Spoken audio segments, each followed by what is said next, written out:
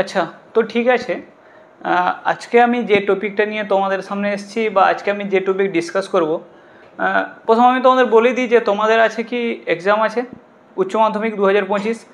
যারা এইচএস 2025 মানে উচ্চ মাধ্যমিক 2025-এ যারা এইচএস দিবে তাদের কিছু কর্তব্য আছে। ওকে, কারণ জীবনে অনেক কিছু করতে হবে। ওকে, এটা হচ্ছে ফার্স্ট স্টেপ।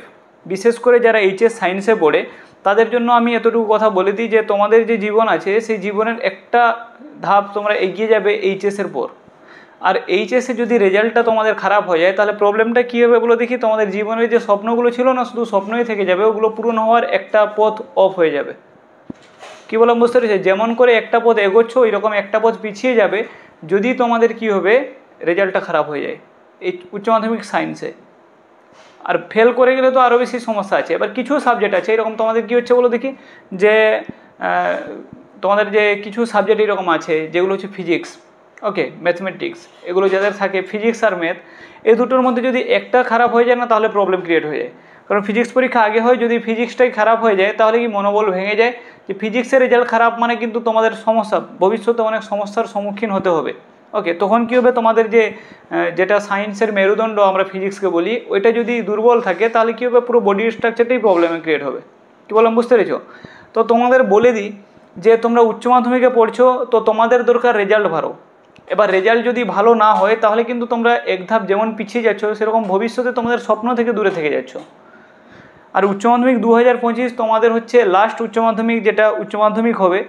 আর বাকি তো উচ্চ মাধ্যমিক আছে কিন্তু সেটা সেমিস্টার বেস, ওদের ওরা দুটো স্টেজে পরীক্ষা দিবে, এমসিকিউ আর বাকি ওরা এসএকিউ এলএকিউ ডিএকিউ, ওটা আলাদা আলাদা পরীক্ষা হবে। তো তোমরা শেষ বেচ, তো তোমাদের জন্য জাস্ট এতটুকু বলার আছে, তোমাদের যে ওই টপিকগুলো যেগুলো তোমাদের অসুবিধা হচ্ছে সেই টপিক নিয়ে ছোট ছোট করে ভিডিও নিয়ে চলে আসবো। উদ্দেশ্য এটা নয় যে তোমাদের কাছে পিডিএফটা বারবার বলছি যে এই পিডিএফ কেন, এরকম না যে অনেকে বলবে স্যার আমরা অনেক বই কিনে নিয়েছি, অনেক বই কিনে নিয়েছি, এবার হচ্ছে আপনি যে পিডিএফটা দিচ্ছেন সেই পিডিএফ কেনার টাকা নেই, আমরা গরিব স্টুডেন্ট। অনেকে আবার মেসেজ করে যে আমরা গরিব স্টুডেন্ট, আমাদের কাছে টাকা থাকে না, আপনি কি ওটা ফ্রিতে প্রোভাইড করতে পারেন না? হ্যাঁ, অবশ্যই ফ্রিতে প্রোভাইড করা যায়, কিন্তু ব্যাপারটা কি বলে দেখি যে কিছু তো একটা পারিশ্রমিক থাকে না। ওকে, আমি 11-এর ক্ষেত্রে ফ্রি দিতে পারি, 12-এর ক্ষেত্রে কিছু আমি বলেছি, এটাও তোমাদের বলেছি টেস্ট পেপারে বেরোলে তোমরা সলিউশন ফ্রি পেয়ে যাবে। কিন্তু পিডিএফটা বর্তমান সিচুয়েশানে আমাকে পিডিএফটা ফ্রিতে আমি কোনো মতেই দিতে পারবো না। এরকম না যে আমার চ্যানেল অনেক বড় হয়ে গেছে, 1 লাখ 2 লাখ 5 লাখ সাবস্ক্রাইবার হয়ে গেছে, তারপরে আমি কি করছি যে তোমাদের কাছ থেকে টাকা চার্জ করছি, তাহলে হচ্ছে একটা তোমরা বললে তখন সাজতো। কারণ এই বর্তমান প্রথম স্টেজে না আমি এই সময় তোমাদের পিডিএফটা ফ্রিতে দিতে পারছি না। বাট আমি তোমাদের এতটুকু জিনিস একটা বলতে পারছি যে তোমরা যে উচ্চ মাধ্যমিক দিবে তো এই পিডিএফটা তোমরা একবার কালেক্ট করো আর পিডিএফটা তোমরা পড়ো। তোমরা নিজে তোমরা তোমাদের একটা বেসিক নলেজ আছে, তোমরা মোটামুটি টেস্ট পরীক্ষা তোমাদের 1 মাসের মধ্যে আছে, মানে তোমাদের একটা আইডিয়া আছে, তোমরা সিলেবাস শেষের দিকে গিয়েছো, রিভিশন করেছো। তোমরা যখন পিডিএফটার কোশ্চেন আর অ্যান্সার দেখবে না তখন তোমাদের মধ্যে একটা নিজের একটা তোমরা কি বলো দেখি যে যেসব খামতি থেকে গেছে না ওগুলোকে তোমরা পরিপূর্ণ মনে করবে। কারণ পিডিএফের মধ্যে পিডিএফকে ওইভাবে কোশ্চেন উত্তর রেডি করা হয়েছে, তোমাদের প্রিভিয়াস ইয়ারে কী কোশ্চেনগুলো হয়েছিল বা তোমাদের যে বিভিন্ন সাজেশন বই বেরিয়েছে বা তোমাদের বইগুলোতে কোন সব কোশ্চেনগুলো খুবই ইম্পর্ট্যান্ট, ওই সব প্রশ্নের উত্তরও তোমাদের সামনে সম্পূর্ণ সঠিক এবং সলিউশনও সম্পূর্ণভাবে ঠিক তোমাদের তুলে ধরা হয়েছে, কোনো কন্ট্রোভার্সি ক্রিয়েট করা হয়নি ওখানে। তো তোমরা যারা পিডিএফ কালেক্ট করেছো, অনেকেই কালেক্ট করেছো, তো সেটা খুব ভালো। এবার তোমাদের অনেক বন্ধুবান্ধব এরকম আছে যারা কি হচ্ছে যে জানে না যে পিডিএফ পাওয়া যাচ্ছে বা ফিজিক্সেরও যে সম্পূর্ণভাবে প্রশ্ন আর উত্তর রেডি করে দেওয়া হচ্ছে।